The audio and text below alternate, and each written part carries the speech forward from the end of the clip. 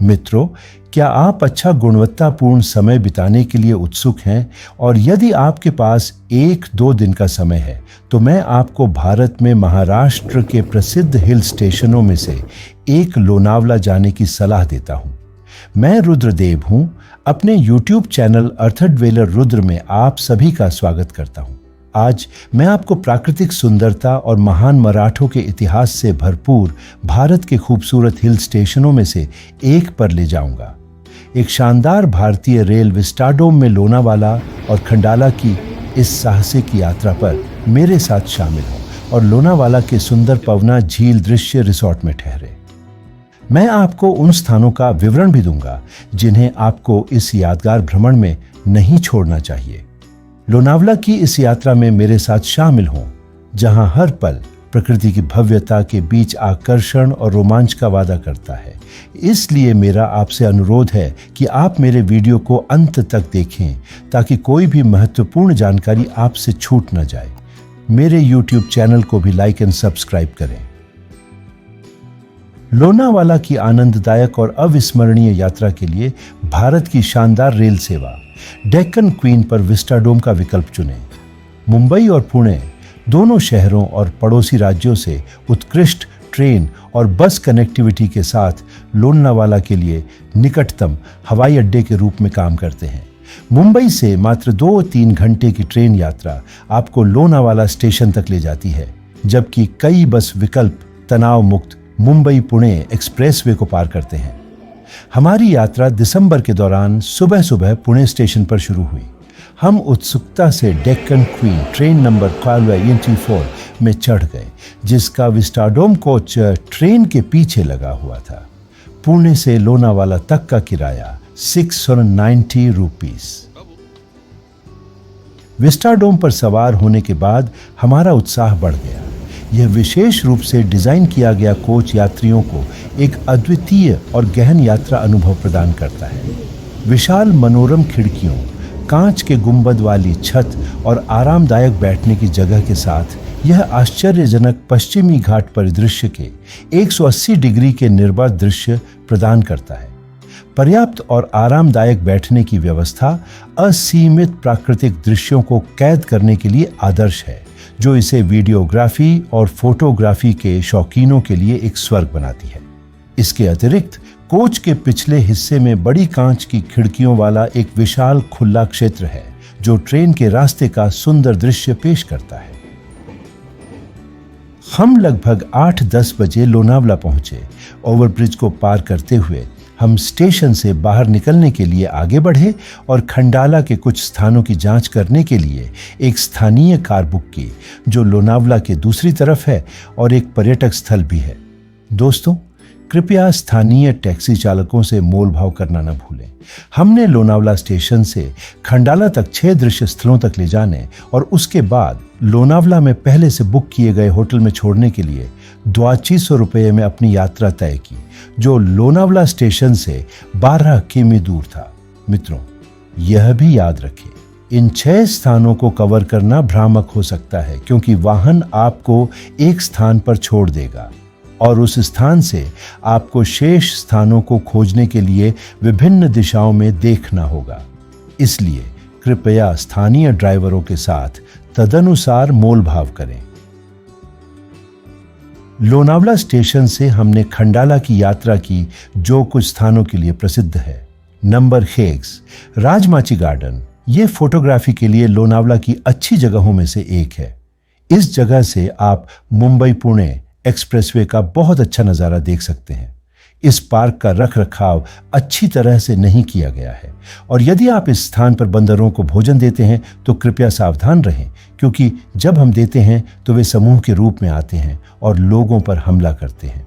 घाटी वाले झरने दूर से ही देखे जा सकते थे, लेकिन केवल मानसून के दौरान। नंबर 2 रिवर्सिंग स्टेशन, यह राजमाची उद्यान के बहुत करीब स्थित है। इसे सूर्यास्त बिंदु भी कहा जाता है। शाम के समय यहाँ सूर्यास्त देखने के लिए काफी लोग जुटते हैं। विशेषकर मानसून के दौरान इस स्थान का दृश्य अद्भुत होता है। नंबर 3 शूटिंग पॉइंट, यह स्पॉट नदी घाटी के मनमोहक दृश्य और राजमाची किले का हवाई दृश्य प्रस्तुत करता है। यह स्थान मानसून के मौसम में पृष्ठभूमि में झरनों के साथ जीवंत हो उठता है। जैसा कि नाम से पता चलता है, यहां कई बॉलीवुड फिल्मों की शूटिंग हुई थी। नंबर 4, मंकी पॉइंट, एक बगीचे के अंदर स्थित अच्छा और सुंदर पॉइंट। निःशुल्क प्रवेश, आप कंडाला की घाटी का दृश्य देख सकते हैं। बगीचे में चारों ओर बंदर हैं, इसलिए यह नाम पड़ा। एक्सप्रेसवे नीचे देखा जा सकता है। कोने झरना भी दूर से देखा जा सकता है, लेकिन केवल मानसून के दौरान। नंबर 5, राजमाची दृश्य बिंदु वही है जो राजामाची उद्यान के लिए बताया गया है। नंबर 6, खंडाला घाट दृश्य बिंदु। यह बिंदु मुंबई पुणे राजमार्ग के खंडाला घाट का सुंदर दृश्य प्रस्तुत करता है। हमारा रिजॉर्ट खंडाला से लगभग 18 किलोमीटर दूर था। रिजॉर्ट का नाम ग्रीन वेलवेट रिजॉर्ट है और यह खूबसूरत पावना झील के ठीक सामने स्थित है। लोनावला शहर से यात्रा करने के बाद हम सुबह लगभग 11 बजे पहुंचे। हमें समय से पहले चेक इन करने के लिए आमंत्रित किया गया क्योंकि रिसॉर्ट का समय दोपहर 1 बजे था, लेकिन परिचारक बहुत सौहार्दपूर्ण थे, इसलिए हमने आसानी से प्रवेश कर लिया। इस रिसॉर्ट में स्विमिंग पूल सुविधाओं के साथ झील के सामने 6 कमरे हैं। मैंने बुकिंग विवरण और रिसॉर्ट प्रबंधक का संपर्क नंबर दिया है। मैं इस रिसॉर्ट की अत्यधिक अनुशंसा करता हूं क्योंकि यह हमारे पर्यटन स्थलों के ठीक बीच में है, जिसके एक तरफ पावना झील है और दूसरी तरफ लोहारगढ़ किला और प्राचीन गुफाएं हैं। माहौल, हाउसकीपिंग और भोजन की गुणवत्ता बहुत अच्छी है। रिसॉर्ट के कमरे छोटे हैं और एयर कंडीशन उपलब्ध है। दोपहर का भोजन करने के बाद हम रिसॉर्ट से अपनी पहली मंजिल लोहागढ़ किले के लिए निकले। लोनावला में यात्रा के लिए 2 सुविधाएं हैं। यदि आप छोटे समूह में हैं तो ओन ऑटो रिक्शा किराए पर लेना पसंद करें, जैसा कि हमने चुना। अन्यथा आप वाहन बुक कर सकते हैं। रिसॉर्ट व्यक्ति इन्हें आपके लिए उपलब्ध करा सकता है। लोनावल में 6 पर्यटन स्थल हैं जिन्हें आपको देखना नहीं भूलना चाहिए। नंबर 1, लोहागढ़ किला। नंबर 2, पावना झील। नंबर 3, भाजा गुफा। नंबर 4, कार्ला गुफा। नंबर 5, नारायणी धाम मंदिर। लोहगढ़ किला, जिसे लौह किला कहा जाता है, लोनावाला यात्रा पर आने वाले पर्यटकों को मंत्रमुग्ध कर देता है। लोनावाला शहर से 11 किलोमीटर की दूरी पर सह्याद्री पर्वतमाला के बीच 30 मीटर की ऊंचाई पर स्थित है, जो इंद्रायणी और पावना नदी घाटियों को विभाजित करता है। हरे भरे हरियाली से सुसज्जित यह प्राकृतिक आकर्षण प्रदान करता है, जो मुंबई, पुणे और उससे आगे की भीड़ को आकर्षित करता है, खासकर मानसून ट्रेक के दौरान। इतिहास में डूबे हुए इसने चालुक्यों, राष्ट्रकूटों, मुगलों और मराठों जैसे राजवंशों के बीच हाथ मिलाया। इस किले का निर्माण सबसे पहले 12वीं शताब्दी में राजा भोज ने करवाया था। 1648 में छत्रपति शिवाजी महाराज द्वारा इस पर कब्जा करने के बाद यह किला और अधिक मजबूत और शक्तिशाली हो गया। बाद में औरंगजेब के अधीन मुगल नियंत्रण के बावजूद लोहगढ़ महाराष्ट्र की समृद्ध विरासत का एक प्रतीक बना हुआ है, जो साहसी और इतिहास प्रेमियों को समान रूप से लुभाता है। इसकी रणनीतिक स्थिति और ऐतिहासिक अतीत इसके आकर्षण में कई परतें जोड़ता है, जो सदियों पुरानी खोज और चिंतन को आमंत्रित करता है। लोहागढ़ किले की वास्तुकला। लोहगढ़ किला महाराष्ट्र का एक प्रसिद्ध गढ़ मीटर की ऊंचाई पर एक विशाल क्षेत्र में फैला हुआ है। इसके 4 मुख्य प्रवेश द्वार, गणेश दरवाजा, नारायण दरवाजा, हनुमान दरवाजा और महादरवाजा, अपने ऐतिहासिक महत्व से आगंतुकों को आकर्षित करते हैं। पेशवा काल के दौरान किले में एक बड़े टैंक और बावड़ी जैसी प्रमुख संरचनाओं का निर्माण देखा गया। किले के पश्चिमी हिस्से में बिच्छू की पूंछ जैसी एक चट्टान है, जो आसपास के गांवों के प्रवेश द्वार की रक्षा करती है। लोहावाड़ी के स्थानीय गांवों के माध्यम से पहुंच योग्य मुख्य किले तक चट्टान को काटकर बनाई गई सीढ़ियों के माध्यम से पहुंचा जाता है, जो दोहरे बुर्जों के साथ 4 धनुषाकार प्रवेश द्वारों से घिरा है। किले के भीतर 3 सीलबंद गुफाएं हैं, जिनमें नमक भंडार भी शामिल है। जिसमें पत्थर की बेंचें और दिलचस्प वास्तुकला है। मुगल शैली में निर्मित और लोहे से निर्मित द्वार टूटे हुए मंदिरों और गणपति और हनुमान जैसे देवताओं की मूर्तियों जैसे अवशेष रखते हैं। ऐतिहासिक रूप से लोहगढ़ किले पर चालुक्य, राष्ट्रकूट, मुगल और मराठा सहित विभिन्न राजवंशों का शासन देखा गया। 1648 में छत्रपति शिवाजी महाराज की जीत तक इसने लड़ाइयों और सत्ता के आदान प्रदान में महत्वपूर्ण भूमिका निभाई। बाद में औरंगजेब के अधीन मुगल नियंत्रण के बावजूद किला महाराष्ट्र की समृद्ध विरासत का प्रतीक बना हुआ है, जो पर्यटकों और इतिहासकारों को अपने प्राचीन चमत्कारों का पता लगाने और इसके अतीत को जानने के लिए समान रूप से आकर्षित करता है। जैसे ही हम किले पर चढ़े, हमने खुद को इतिहास और प्रकृति की सुंदरता की यात्रा में डूबा हुआ पाया। ऊबड़ खाबड़ इलाके और प्राचीन रास्ते हमें गढ़ वाली दीवारों, ढाती संरचनाओं और जर्जर पत्थर की सीढ़ियों के अवशेषों के सामने ले गए, जिनमें से प्रत्येक बीते युगों और उन लोगों के जीवन की कहानियां सुनाता है जो कभी इस राजसी गढ़ में रहते थे। रास्ते में हमें हाथी की मूर्तियों द्वारा संरक्षित भव्य गणेश द्वार और मजबूत नारायण और हनुमंत द्वार मिले, जिनमें से प्रत्येक पर समय और उन्हें बनाने वाले हाथों के निशान हैं। जैसे जैसे हम ऊपर चढ़ते गए, परिदृश्य हमारे सामने खुलता गया। हरी भरी घाटियों और दूर की चोटियों के व्यापक दृश्य दिखाई देने लगे, जो हमें किले के रणनीतिक महत्व और आश्चर्यजनक प्राकृतिक परिदृश्य की याद दिलाते थे। खंडहरों के बीच हमें छिपे हुए कोठरियां, गुप्त कक्ष और पवित्र मंदिर मिले, जो क्षेत्र की आध्यात्मिक और सांस्कृतिक विरासत की झलक पेश करते हैं। हर कदम हमें शिखर के करीब ले आया, जहां विशाल महाप्रवेश द्वार इंतजार कर रहा था। इसकी भव्यता किले के गौरवशाली अतीत और स्थायी विरासत का प्रमाण है। किले के शिखर पर एक अद्भुत दृश्य हमारा इंतजार कर रहा था। एक तरफ एक शांत मस्जिद खड़ी थी,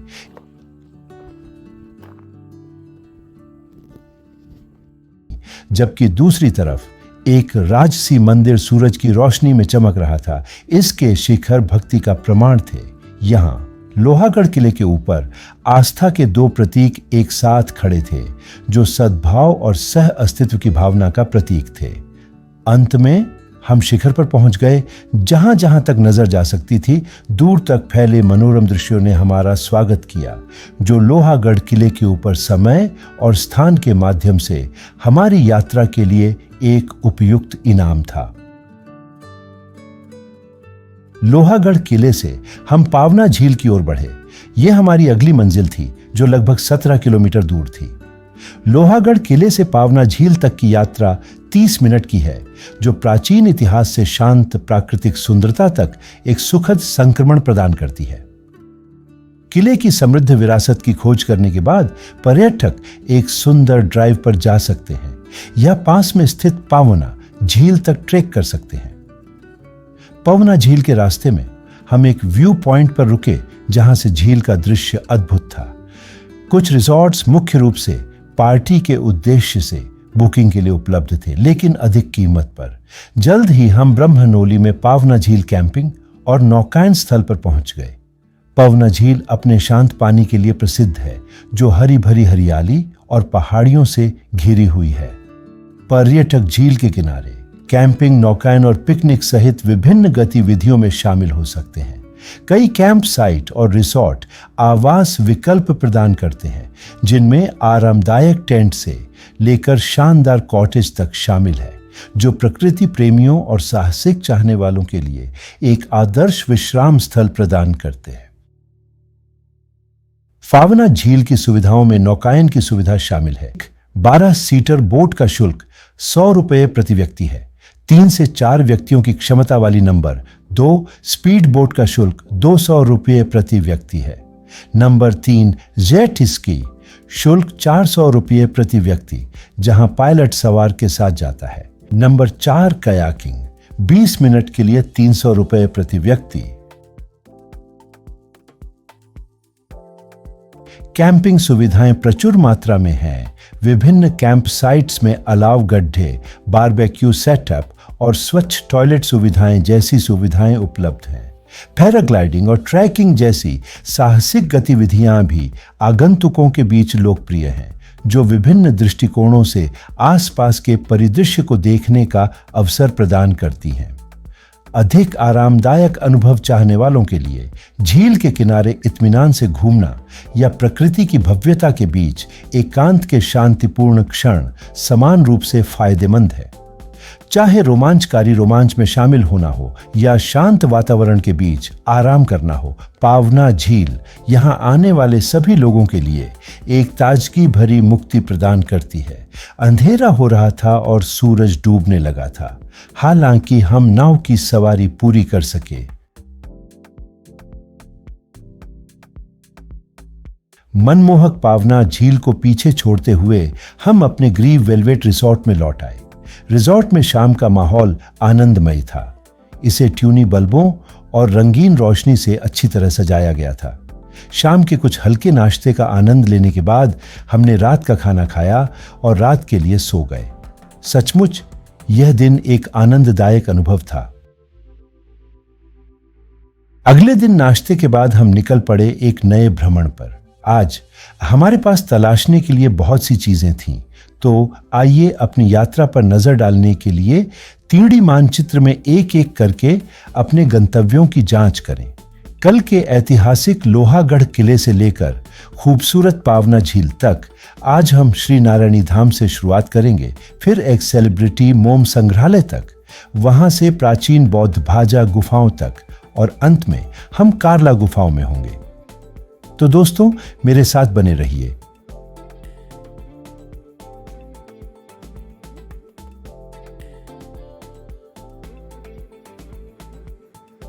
जैसा कि हमने योजना बनाई थी, हम अपने पहले गंतव्य श्री नारायणी धाम की ओर चल पड़े, जो लगभग 14 किलोमीटर की दूरी पर था। महाराष्ट्र के लोनावाला में नारायणी धाम पश्चिमी घाट के बीच एक शांत आध्यात्मिक आश्रय प्रदान करता है। इस मंदिर में कोई प्रवेश टिकट नहीं है। यह मंदिर एक लोकप्रिय पर्यटक आकर्षण है और देवी नारायणी को समर्पित है। वर्ष 2002 में निर्मित यह मंदिर एक सुंदर सफेद संगमरमर की संरचना है। देवी नारायणी के सामने खड़े होकर व्यक्ति उस स्पष्ट कृपा को महसूस करता है जो आध्यात्मिक विकास और आत्म खोज को बढ़ावा देती है, जो श्री नारायणी धाम के पवित्र मैदान से प्रस्थान करने के बाद लंबे समय तक एक परिवर्तनकारी छाप छोड़ती है। पर्यटकों को इसके शांत वातावरण और सुरम्य परिवेश में सांत्वना और ताजगी मिलती है। जटिल नक्काशी से सुसज्जित मंदिर परिसर भगवान विष्णु की एक भव्य मूर्ति के चारों ओर स्थित है, जो श्रद्धा और भक्ति को बढ़ावा देता है। देवी नारायणी को समर्पित मंदिर भजनों और धूप से गूंजता रहता है, जिससे भक्तों को प्रार्थना और आशीर्वाद के लिए एक पवित्र स्थान मिलता है। नारायणी धाम के पास एक गौशाला है, जहां आगंतुक 50 रुपये प्रति प्लेट के मामूली शुल्क पर घरेलू गायों को खिलाने में भाग ले सकते हैं। यह वास्तव में मन को शांति देने वाला अनुभव था। जल्द ही हम अपनी अगली मंजिल लकी वैक्स सेलिब्रिटी म्यूजियम के लिए निकल पड़े। यह मुंबई पुणे रोड के किनारे और नारायणी धाम से लगभग 3 किलोमीटर दूर था। लोनावाला सेलिब्रिटी वैक्स म्यूजियम का दौरा करना सितारों और किंवदंतियों की दुनिया में कदम रखने जैसा था। संग्रहालय प्रसिद्ध लोगों की सजीव मोम की आकृतियों से भरा हुआ था, जिनमें अमिताभ बच्चन जैसे फिल्मी सितारों से लेकर स्वामी विवेकानंद और अब्राहम लिंकन जैसी ऐतिहासिक शख्सियतें शामिल थीं। उनके बीच घूमते हुए मुझे विस्मय और आश्चर्य की अनुभूति हुई। इन आइकनों के बगल में खड़ा होना अवास्तविक था, लगभग उनसे व्यक्तिगत रूप से मिलने जैसा था। प्रत्येक आकृति एक कहानी कहती प्रतीत होती है, जो उस सेलिब्रिटी के सार को दर्शाती है जिसका वे प्रतिनिधित्व करते हैं। शिल्प कौशल अविश्वसनीय था, जिससे अनुभव लगभग जादुई लग रहा था।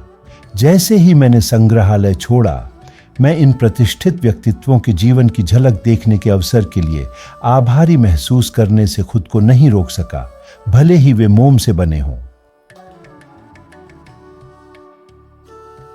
मोम संग्रहालय को पीछे छोड़ते हुए हमने प्राचीन बौद्ध भीजा गुफाओं की ओर अपनी यात्रा शुरू की। यह संग्रहालय से लगभग 9 किलोमीटर दूर था।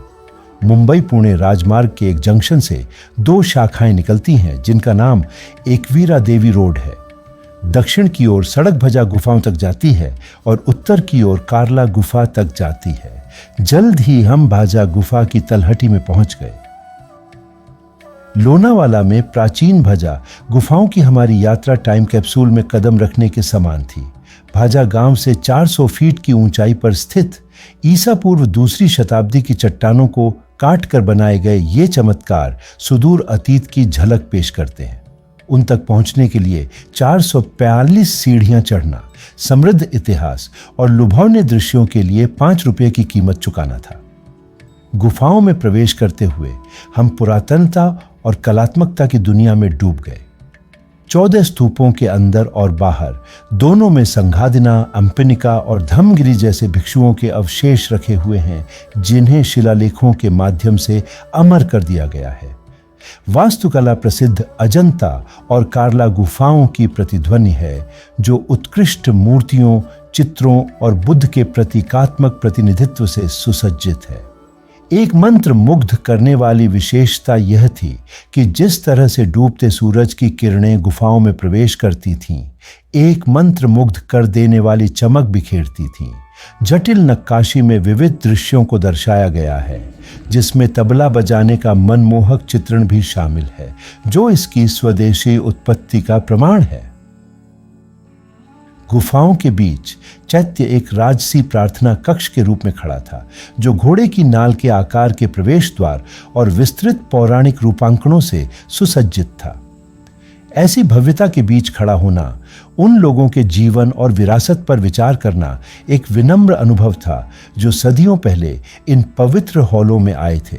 आगे की खोज में जीवंत रंगों से सजी मूर्तियां सामने आईं, जिनमें कमल और बोधि वृक्ष जैसे प्रतीकात्मक तत्वों के बीच बुद्ध की जीवंत छवियां प्रदर्शित थीं। नक्काशी में शाही महिलाओं को राक्षसों को भगाते हुए दर्शाया गया है और तबला बजाती एक महिला का उल्लेखनीय प्रतिनिधित्व है, जो इसकी स्थानीय उत्पत्ति का प्रमाण प्रदान करता है। आज जैसे ही मैं गुफाओं से बाहर निकला, मैं अपने साथ न केवल यादें लेकर आया, बल्कि भाजा गुफाओं की शाश्वत सुंदरता और सांस्कृतिक महत्व के प्रति गहरी सराहना भी लेकर आया। भाजा गुफाओं को पीछे छोड़ते हुए हम महाराष्ट्र के लोनावला में लगभग 7 किलोमीटर दूर कार्ला गुफा की ओर अपनी यात्रा पर निकल पड़े।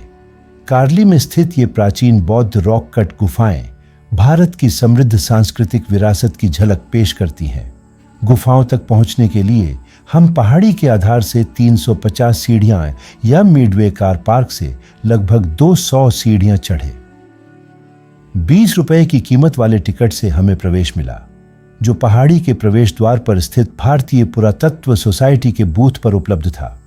जैसे ही हम कार्ला गुफा की गहराई में गए, हम इसकी प्राचीन दीवारों के भीतर समाहित जटिल वास्तुकला और पवित्र वातावरण को देखकर आश्चर्यचकित होकर समय में पीछे चले गए।